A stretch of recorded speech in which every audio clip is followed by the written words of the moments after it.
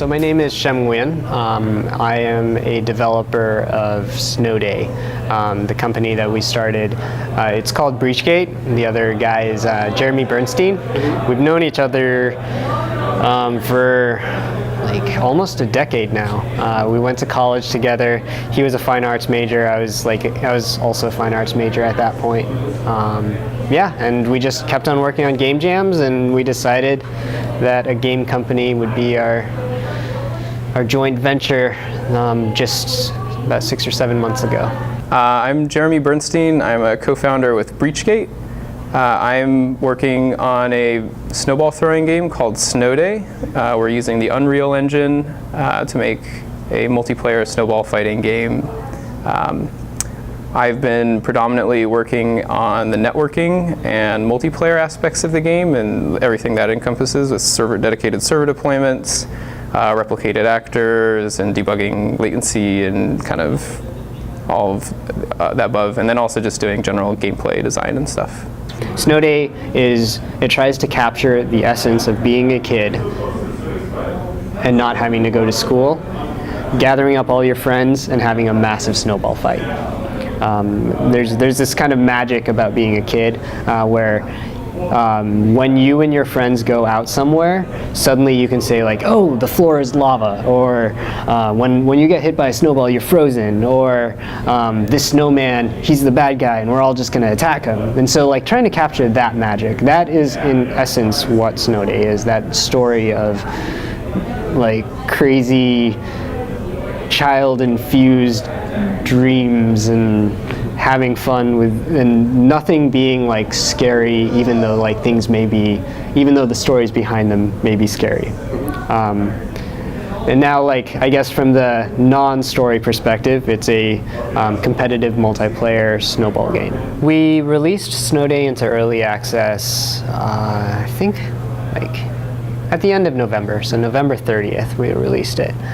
And the idea is we wanted to get it in front of the internet community and people who wanted to be invested in the game, who wanted to kind of like have a say in all of in the story of the game and like kind of tweak with the elements. They could be a part of it. And so we released it into early access for them.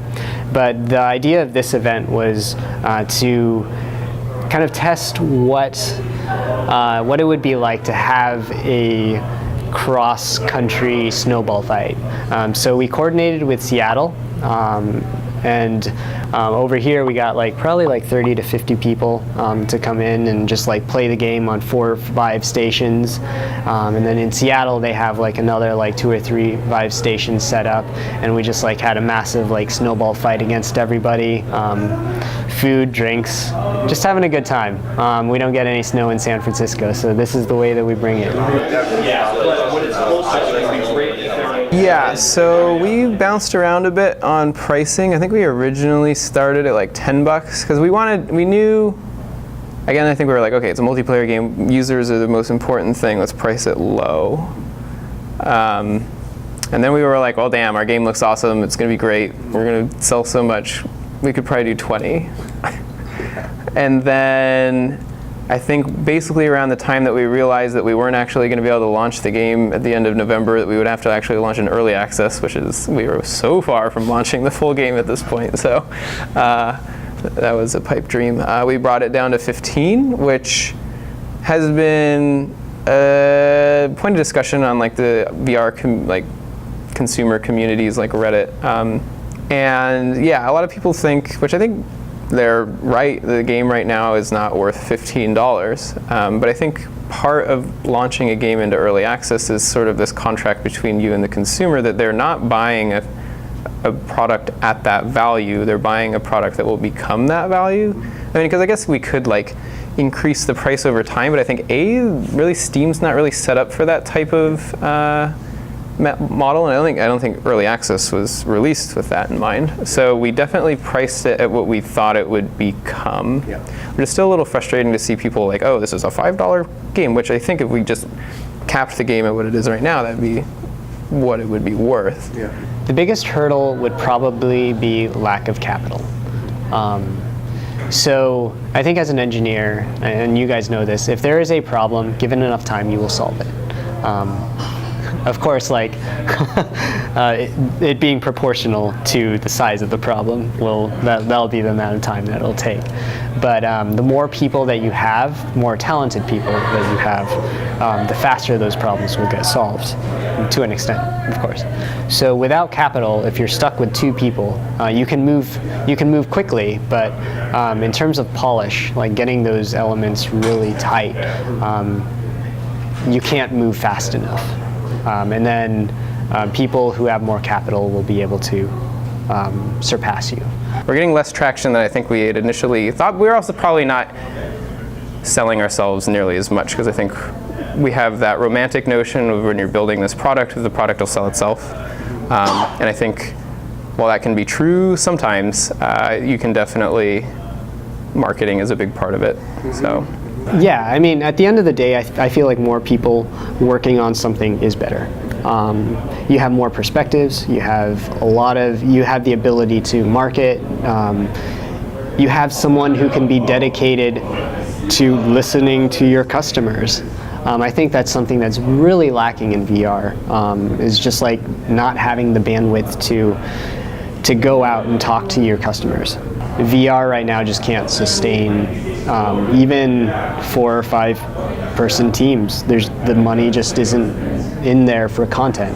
So sure, you can raise a lot of money for platforms, but if your goal is to tell really compelling stories or make really compelling games, it's hard to find the funding in order to float even a 4 to 5 person team. So you have to wear a lot of hats as an individual. I mean, there's a lot of expectations coming from a lot of different directions.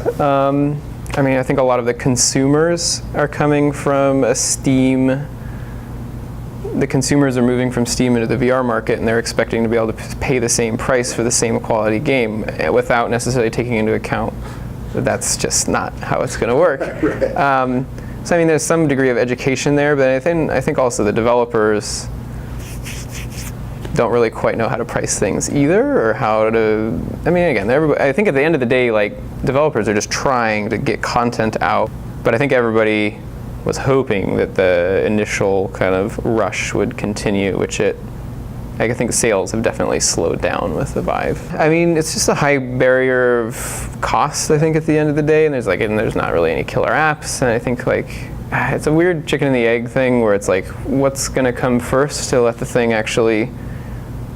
I think PlayStation's actually going to be one of the best things to happen for VR, because that hopefully will allow a big enough audience for bigger studios to invest more to make just VR in general a more appealing thing to a consumer market, and then they'll be able to migrate from there into the premier higher end, and then port their experiences over to the other headsets. But yeah, it's going to be it's going to be tight for a while.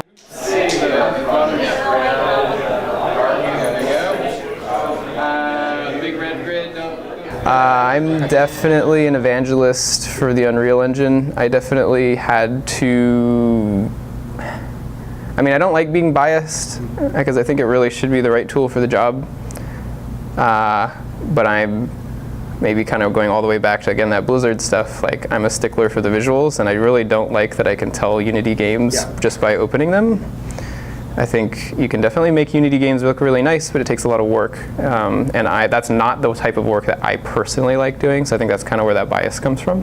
And from, again, a business cost-benefit analysis, I was sort of banking on the fact that because so many developers are using Unity for VR, the visual aspect alone for choosing our game for the Unreal Engine would help sell the game enough that it would be worth that investment in that technology.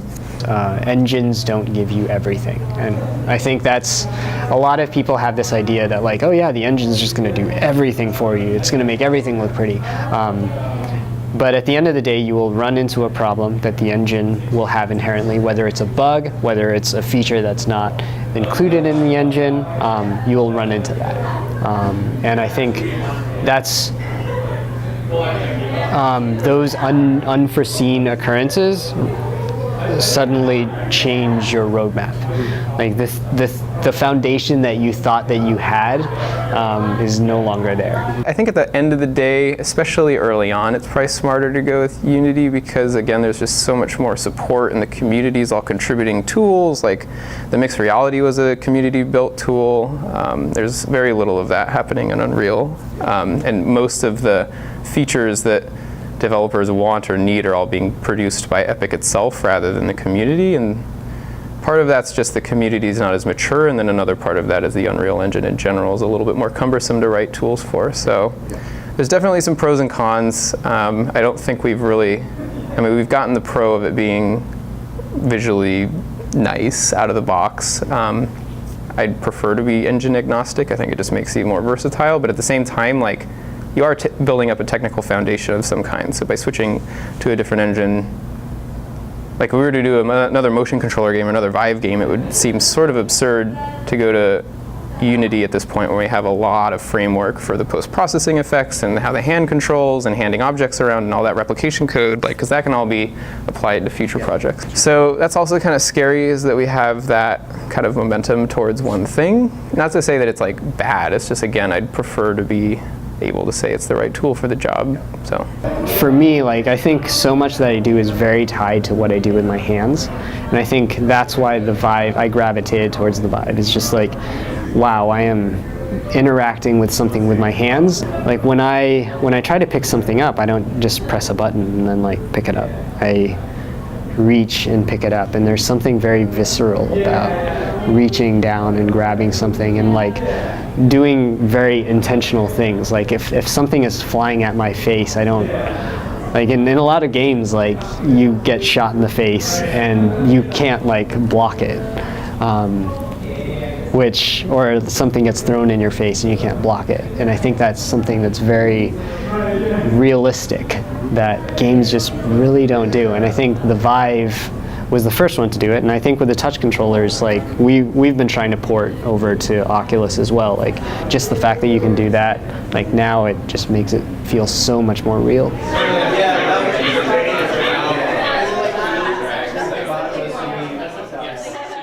I think that every single technology has to go through this phase of adoption where it's outside of the home and then it moves into the home.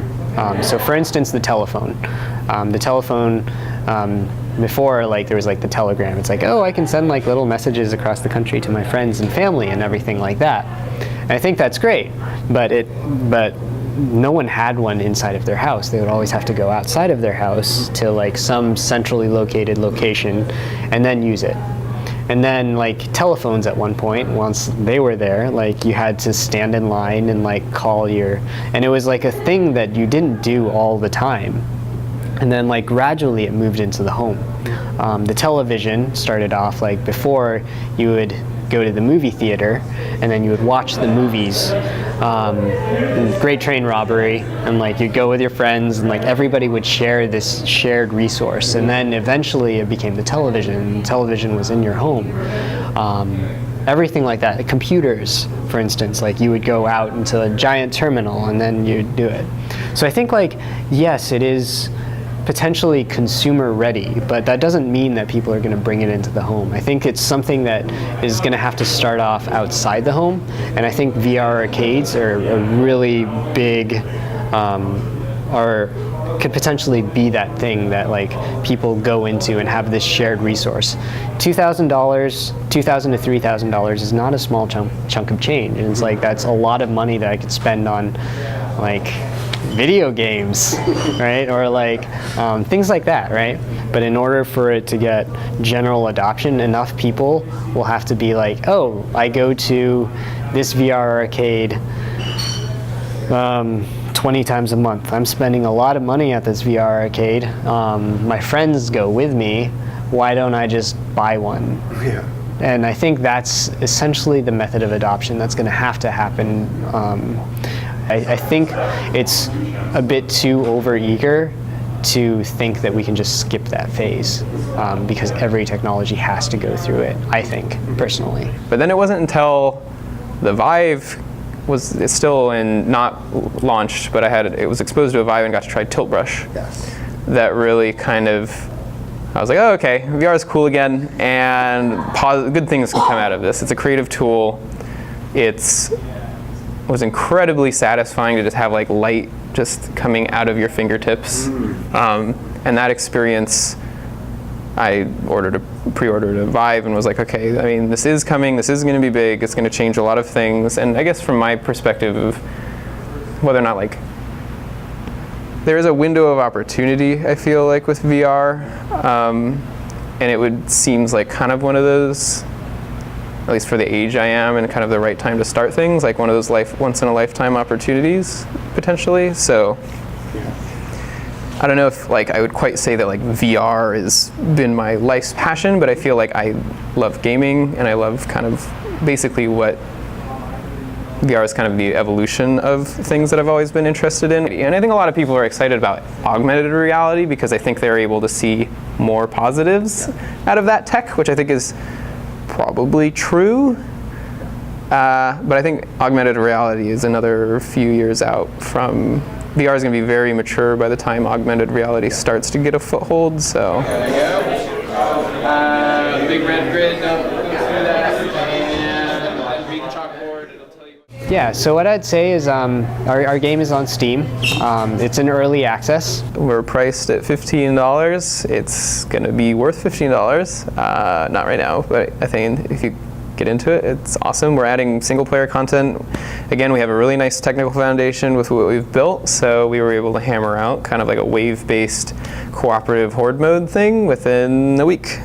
We know that like maybe you don't want to have a look in the kitchen, but that is definitely what this game is about right now. So if you want to see a game kind of grow from being like the foundations into a fully fledged game, go onto Steam, join us for early access. You can find us there. It's called Snowday.